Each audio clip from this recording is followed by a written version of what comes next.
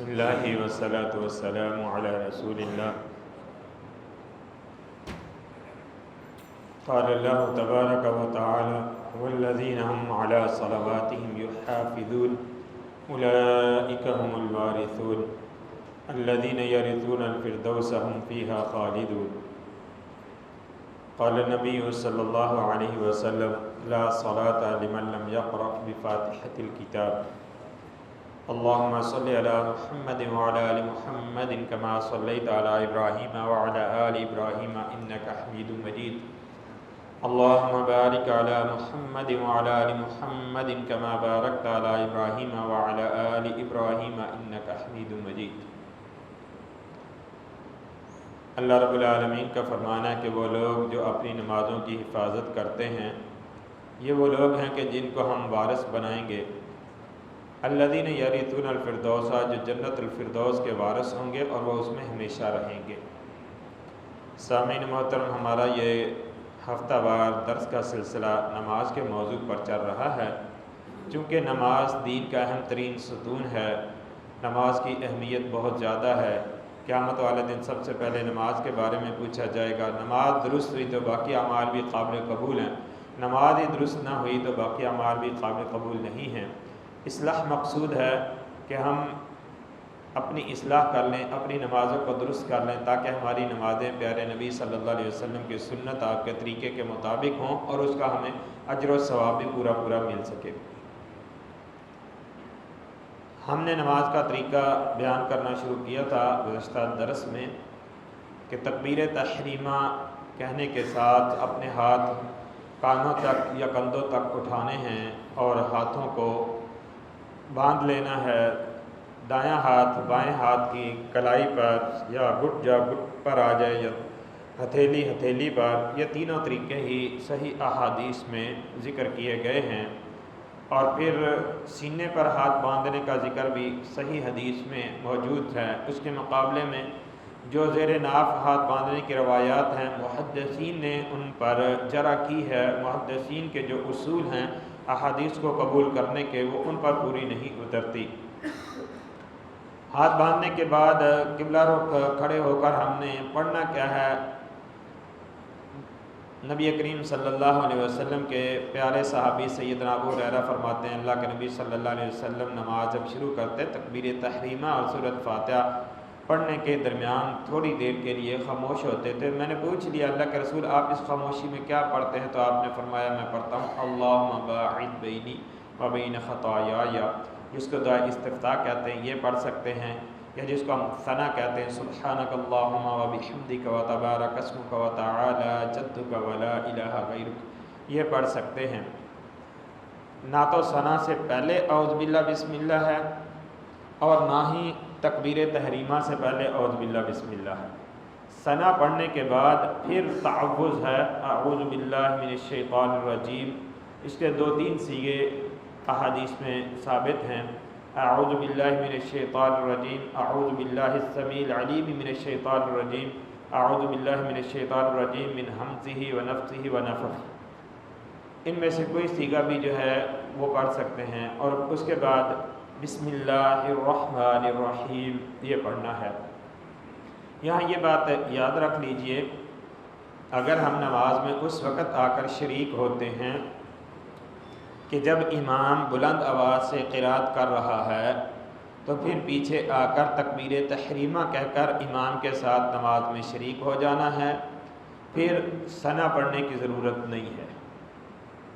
جب نماز میں امام بلند آواز سے قرات کر رہا ہے، چاہے وہ سورۃ فاتحہ پڑھ رہا ہے یا کوئی دوسری سورت پڑھ رہا ہے، اس وقت آ کر آپ پیچھے نماز میں شریک ہوتے ہیں تو تکبیر تحریمہ کہہ کر آپ ہاتھ باندھ کر امام کے ساتھ نماز میں شریک ہو جائیں۔ پھر آپ کو ثنا یا دعائے استفتاح پڑھنے کی ضرورت نہیں ہے، اور حکم کے اعتبار سے بھی دعائے استفتاح یا ثنا یہ سنت ہے، واجب نہیں ہے اس کا پڑھنا۔ اسی کے ساتھ ایک بات اور بھی یاد رکھیں، بعض لوگ جب آ کر نماز شروع کرتے ہیں امام رکوع میں ہو یا رکوع سے کھڑا ہو چکا ہو یا امام سجدے میں ہو، وہ آ کر پہلے تکبیر تحریمہ کہہ کر اللہ اکبر کہہ کے ہاتھ باندھتے ہیں، اور پھر اس کے بعد جو ہے جو امام کی کیفیت ہوتی ہے رکوع میں یا رکوع کے بعد یا سجدے میں، اس میں جاتے ہیں۔ تو اس میں جو سنت طریقہ ہے وہ یہی ہے کہ اللہ اکبر کہہ کر امام جس حالت میں ہے اسی حالت میں امام کے ساتھ شریک ہو جانا چاہیے، اور پھر اعوذ باللہ من الشیطان الرجیم، چاہے امام ہے یا مقتدی ہے، اس کو بلند آواز سے نہیں پڑھنا۔ بسم اللہ جو ہے یہ بلند آواز سے اور آہستہ آواز سے دونوں طرح پڑھنا ہی ثابت ہے۔ اس کے بعد سورۃ فاتحہ ہے۔ سورۃ فاتحہ جس کو نبی کریم صلی اللہ علیہ وسلم نے فرمایا کہ نماز ہی سورۃ فاتحہ ہے، سورۃ فاتحہ ہی نماز ہے۔ حدیث سے آپ نے فرمایا، اللہ تبارک و تعالیٰ فرماتا ہے قسمت الصلاۃ بینی و بین عبدی، میں نے نماز کو تقسیم کر دیا اپنے اور اپنے بندے کے درمیان۔ یہاں آپ نے الفاظ تو یہ استعمال کیا کہ نماز کو میں نے تقسیم کر دیا ہے، پھر آگے جو آپ نے وضاحت فرمائی وہ سورۃ فاتحہ کے متعلق فرمائی کہ جب بندہ کہتا ہے الحمدللہ رب العالمین تو اللہ پاک فرشتوں کے سامنے کہتا ہے حمیدنی عبدی، میرے بندے نے میری تعریف کی ہے۔ اسی طرح پوری سورۃ فاتحہ کے متعلق آپ علیہ الصلوۃ والسلام نے ذکر فرمایا۔ سورۃ فاتحہ پڑھنا یہ فرض ہے۔ اس کے متعلق 3 موقف پائے جاتے ہیں۔ ایک محدثین کا موقف ہے جس میں صحیح احادیث کی روشنی میں کوئی بھی نماز ہو، سری ہے، جہری ہے، جماعت کے ساتھ ہیں یا انفرادی طور پر ہیں، امام ہیں یا مقتدی ہیں، نماز فرض ہے یا نفل ہے، جنازہ ہے یا عید ہے، ہر نماز اس میں سورۃ فاتحہ کا پڑھنا ہر رکعت کے اندر ضروری ہے۔ دوسرا موقف بعض فقہا کا ہے، وہ کہتے ہیں کہ جب امام بلند آواز سے قرات کر رہا ہو تو اس وقت آپ نے فاتحہ نہیں پڑھنی۔ جب امام سری طور پر قرات کر رہا ہو، جیسے ظہر اثر کی نمازیں ہیں یا مغرب عشاء کی بعد کی 2 رکعتوں کے بعد کی رکھتے ہیں، دوسری تیسری چوتھی رکعت ہے، تو اس میں آپ جو ہے وہ فاتحہ پڑھیں گے۔ جب امام قرات کر رہا ہو تو فاتحہ نہیں پڑھیں گے، جیسے کہ امام ابن تیمیہ وغیرہ کا بھی یہی موقف ہے۔ اور تیسرا موقف ہے کہ نہیں، امام کے پیچھے قرات کا فاتحہ پڑھنی ہی نہیں ہے، کچھ بھی نہیں پڑھنا، قیام کے اندر امام کے پیچھے کچھ بھی نہیں پڑھنا، چاہے نماز سری ہے یا نماز جہری ہے، آپ امام کے پیچھے آئے ہیں، ثنا پڑھنی ہے، ثنا پڑھ کے آپ خاموش کھڑے ہو جانا ہے، قیام میں آپ نے کوئی قرات نہیں کرنی۔ یہ تیسرا موقف ہے جو کہ فقہائے احناف کا ہے۔ اگر دلائل کے اعتبار سے دیکھا جائے تو جو محدثین کا موقف ہے یہ زیادہ قوی ہے، کیونکہ آپ علیہ الصلوۃ والسلام نے فجر کی نماز پڑھائی۔ حضرت عبادہ بن صامت رضی اللہ تعالی عنہ اس حدیث کے راوی ہیں، بیان فرماتے ہیں اللہ کے نبی صلی اللہ علیہ وسلم نے نماز پڑھائی تو پیچھے صحابہ بھی جو ہے وہ قرات ہلکی ہلکی آواز میں کر رہے تھے۔ آپ نے سلام پھیرا، آپ نے فرمایا تم میرے پیچھے کچھ پڑھتے ہو؟ صاحب نے فرمایا جی اللہ کے رسول جو قرات آپ کر رہے تھے ہم بھی وہی قرات آپ کے پیچھے پیچھے پڑھ رہے تھے۔ آپ نے فرمایا میرے لیے تبھی تو قرات کرنا مشکل ہو رہا تھا۔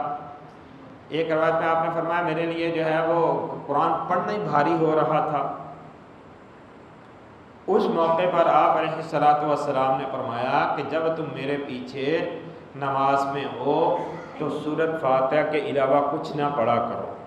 یہ ترمذی کی روایت ہے، ابو داؤد کے اندر بھی الفاظ موجود ہیں۔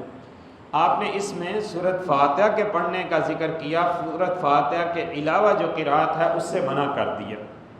تو اس سے یہ بات واضح ہو گئی کہ باقی جو بھی احادیث جو دلیلیں ہیں وہ اسی کی تائید میں ہیں کہ جس قرات سے منع کیا گیا ہے وہ سورۃ فاتحہ کے علاوہ کی قرات سے، اور جس کا پڑھنا ضروری قرار دیا گیا ہے وہ سورۃ فاتحہ ہے۔ پھر جب ہم نبی علیہ الصلوۃ والسلام کے صحابہ کرام کو دیکھتے ہیں کہ جو اللہ کے نبی صلی اللہ علیہ وسلم کی مجلس میں بیٹھتے تھے، آپ سے دین کو سیکھتے تھے، حضرت ابو ہریرہ رضی اللہ تعالیٰ عنہ کا قول صحیح بخاری کے اندر ہے، وہ کہتے ہیں کہ جس نے نماز کے اندر سورۃ فاتحہ پڑھ لی وہ اس کو کافی ہو جائے گی، اور اگر وہ فاتحہ نہیں پڑھتا اس کے علاوہ جو کچھ بھی پڑھے تو وہ نماز کے لیے کفایت نہیں کرے گی۔ سوال کرنے والے نے پوچھا کہ جب ہم امام کے پیچھے ہوتے ہیں تو تب بھی پڑھیں؟ فرمایا کہ اقرأ فی نفسک، تب بھی آپ اپنے دل میں پڑھیں۔ جب امام بلند آواز سے قرات کر رہا ہو تو تب سورۃ فاتحہ پڑھنی ہے۔ سورۃ فاتحہ پڑھ رہا ہے تو تب بھی، اگر کوئی دوسری سورت پڑھ رہا ہے تو تب بھی پیچھے صرف سورۃ فاتحہ پڑھنی ہے، اور یہ نماز کی ہر رکعت میں پڑھنی ہے۔ اب پڑھنی کیسے ہے؟ اس میں دو موقف ہیں۔ ایک تو جیسے نبی علیہ الصلوۃ والسلام کا طریقہ صحابہ کرام بیان فرماتے ہیں کہ آپ علیہ الصلوۃ والسلام ہر آیت پر توقف کیا کرتے تھے، ٹھہر ٹھہر کر پڑھا کرتے تھے۔ تو بعد نے کہا کہ جب آپ توقف کرتے ہیں تو اس کے درمیان میں پڑھیں۔ حضرت ابو ہریرہ رضی اللہ تعالی عنہ کے اس قول سے یہ بات ثابت ہوتی ہے کہ ایسے تکلف کی ضرورت نہیں ہے، بلکہ آپ نے پیچھے پڑھنی ہے، آہستہ آواز سے پڑھنی ہے، جیسے ہم ظہر عصر کی نماز میں پڑھتے ہیں، اپنے طور پر پڑھتے ہیں۔ اگر سنتے بھی پڑھتے ہیں تو ہم قرات اونچی آواز سے تو نہیں کرتے نا، آہستہ آواز سے کرتے ہیں۔ اسی طرح جب امام کی قرات ہو رہی ہو، سورۃ فاتحہ پڑھ رہے ہوں، تو پیچھے سورۃ فاتحہ جو ہے وہ آہستہ پڑھی جا سکتی ہے، تو سورۃ فاتحہ جو ہے وہ آہستہ پڑھنی چاہیے۔ جو لوگ سورۃ فاتحہ امام کے پیچھے نہیں پڑھنے کے قائل، ان کی دلیلیں بھی میں آپ کے سامنے ذکر کر دیتا ہوں۔ سب سے پہلے قرآن کریم کی آیت یہ پیش کی جاتی ہے کہ وَإِذَا قُرِئَ الْقُرْآنُ فَاسْتَمِعُوا لَهُ وَأَنصِتُوا لَعَلَّكُمْ تُرْحَمُونَ، جب قرآن پڑھا جائے تو اس وقت خاموشی اختیار کرو اور اس کو غور سے سنو تاکہ تم پر رحم کیا جائے۔ یہ قرآن کریم کی آیت مطلق عام ہے، اس کا حکم، اس کو نماز کے ساتھ خاص نہیں کیا جا سکتا۔ اور پھر جب ہم اس آیت پر غور کرتے ہیں کہ یہ آیت تو مکی صورت کی ہے اور مکہ کے اندر جماعت کا کنسیپٹ نہیں تھا، جماعت نہیں کروائی جاتی تھی، جماعت مدینے میں آ کر ہونا شروع ہوئی ہے۔ اس آیت کا شان نزول تمام مفسرین نے لکھا ہے کہ کفار مکہ، مشرکین مکہ، اللہ کے نبی صلی اللہ علیہ وسلم بیت اللہ میں، حرم میں جب قرآن پڑھتے، نماز پڑھتے تو وہ آ کر شور و غل کیا کرتے تھے، شور شرابہ کیا کرتے تھے۔ وقال الذین کفروا لا تسمعوا لهذا القرآن والغوا فیہ لعلکم تغلبون، وہ لوگ جنہوں نے کفر کیا انہوں نے کہا اس قرآن کو سنو نہیں، شور شرابہ کرو تاکہ تمہارا غلبہ آ جائے، کیونکہ محمد علیہ السلام کی زبان مبارک سے جو قرآن سنتا تھا، قرآن کی تاثیر سے متاثر ہو کر وہ محمد علیہ السلام کا دیوانہ بن جاتا تھا، آپ پر ایمان لے آتا تھا۔ تو کافروں نے یہ روکنے کے لیے کئی ایک واقعات ملتے ہیں، حضرت عمر بن طفیل دوسی کا واقعہ ملتا ہے کہ ان کو انہوں نے منع کیا، انہوں نے کانوں میں روئی ٹھونس لی کہ میں محمد کی بات کو سنوں گا ہی نہیں۔ ایک خیال آیا کہ یار ایسی بھی کون سی بات ہے، کوئی زبردستی تھوڑی، سن کے تو دیکھ۔ لیکن جب نبی علیہ الصلوۃ والسلام سے قرآن سنا، قرآن کی تاثیر سے متاثر ہوئے اور مسلمان ہو گئے، تو کافر منع کیا کرتے تھے اور شور شرابہ کیا کرتے تھے کہ قرآن نہ سنا جائے۔ اس کے جواب میں اللہ پاک نے یہ آیت نازل فرمائی کہ جب قرآن پڑھا جائے تو اس کو غور سے سنو، خاموش ہو جاؤ تاکہ تم پر رحم کیا جائے۔ تو جس سے یہ پتہ چلتا ہے کہ اگر عقلی طور پر بھی اس آیت کو دیکھا جائے تو جو لوگ کہتے ہیں کہ فاتحہ امام کے پیچھے تو نہیں پڑھنی چاہیے کیونکہ اس آیت کی وجہ سے ٹکراؤ پیدا ہوتا ہے، تو فجر کی نماز میں جماعت ہو رہی ہوتی ہے تو وہ لوگ پیچھے جو ہے وہ سنتے پڑھ رہے ہوتے ہیں، ادھر قرات بھی چل رہی ہوتی ہے، تو اس وقت بھی تو پھر امام کی قرات کو سننا، قرآن کو سننا اسی طرح واجب ہے جس طرح امام کے پیچھے کھڑے ہو کر سننا واجب ہے۔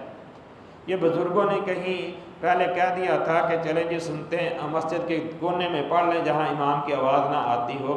اب تو ہر مسجد کے اندر سپیکر لگے ہوئے ہیں جس کی آواز پوری مسجد میں نہیں بلکہ محلے میں باہر بھی جاتی ہے۔ اب تو وہ یہ بھی پاسبل نہیں ہے کہ آپ مسجد کے کسی کونے میں کھڑے ہو کر پڑھ لیں جہاں پر آپ کو امام کی آواز نہ سنتی ہو۔ دوسری حدیث ہے جس میں آپ علیہ الصلوۃ والسلام نے فرمایا من کان لہ امام فقراۃ الامام لہ قراۃ، جو شخص امام کے پیچھے نماز پڑھتا ہے امام کی قرات مقتدی کے لیے قرات ہے۔ یہ حدیث پہلی بات تو ہے کہ محدثین کا جو اصول ہے اس کے نزدیک اس میں جعفر جوفی راوی وہ جھوٹا راوی ہے، اس کی وجہ سے یہ حدیث ضعیف ہے۔ اچھا دوسرا، اگر اس کو مان بھی لیا جائے تو جب ہم دونوں حدیثوں کو سامنے رکھتے ہیں تو آپ علیہ الصلوۃ والسلام نے فجر کی نماز جس میں قرات بھی بلند آواز سے ہوتی ہے، سورۃ فاتحہ بھی پڑھی جاتی ہے، دوسری سورت بھی پڑھی جاتی ہے، اس میں آپ نے وضاحت کر دی کہ تم نے میرے پیچھے فاتحہ کے علاوہ کچھ نہیں پڑھنا۔ اگر بالکل ہی منع ہوتا نا تو آپ فاتحہ سے بھی روک دیتے کہ فاتحہ بھی نہیں پڑھنی۔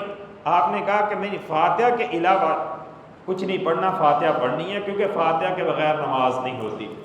ایک حدیث میں آپ نے فرمایا کہ جس نے نماز کے اندر فاتحہ نہ پڑھی وہ نماز ایسے ہے خداجن خداجن، ناقص نماز ہے، ناقص نماز ہے، ناقص نماز ہے۔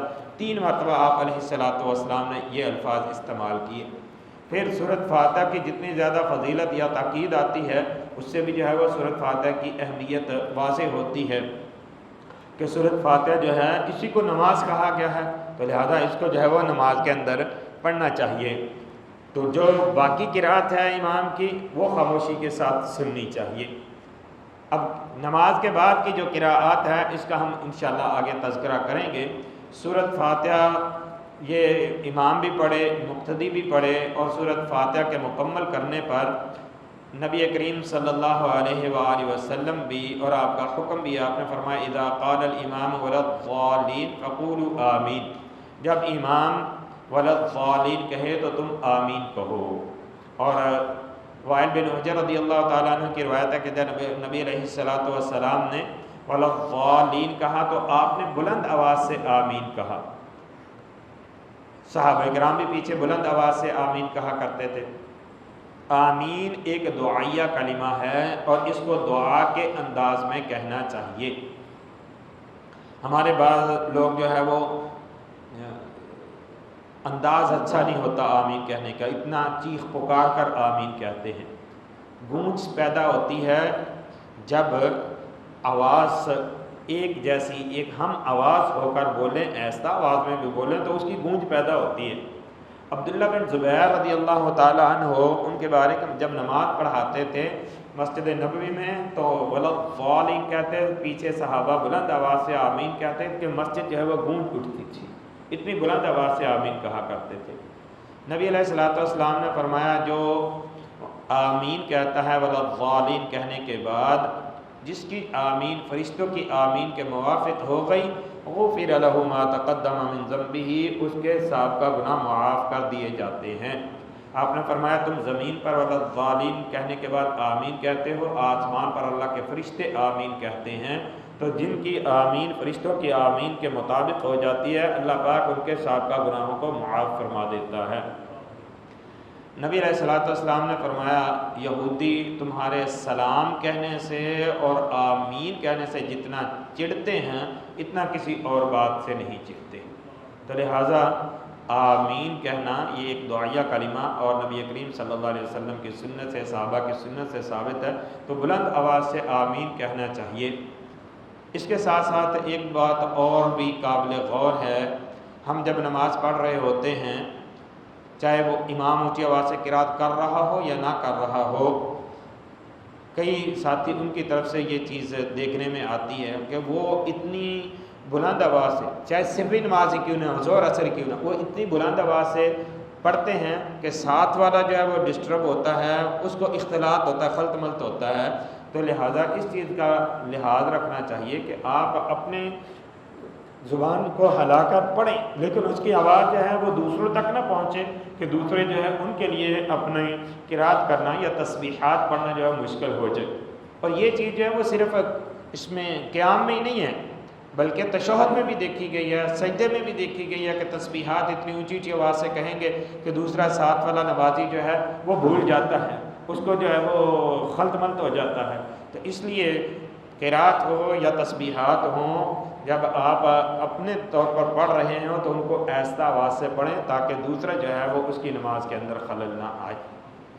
تو یہ وَلَضَّالِينَ کے بعد آمین کہنا یہاں تک آج ہم ذکر کریں گے، اور اس کے بعد جو ہے جو باقی نمازوں کے اندر قراءات ہے اور امام کی قرات کے بعد مقتدی کن رکعتوں میں قرات کر سکتا ہے، کن میں نہیں کر سکتا، کن میں کرنی چاہیے، کن میں نہیں کرنی چاہیے، اور قرات کیسی ہونی چاہیے، کتنی ہونی چاہیے، اس کا انشاءاللہ آئندہ ذکر کریں گے۔ اللہ رب العالمین سے دعا اللہ پاک ہمیں عمل کی توفیق عطا فرمائے۔ وما علینا الا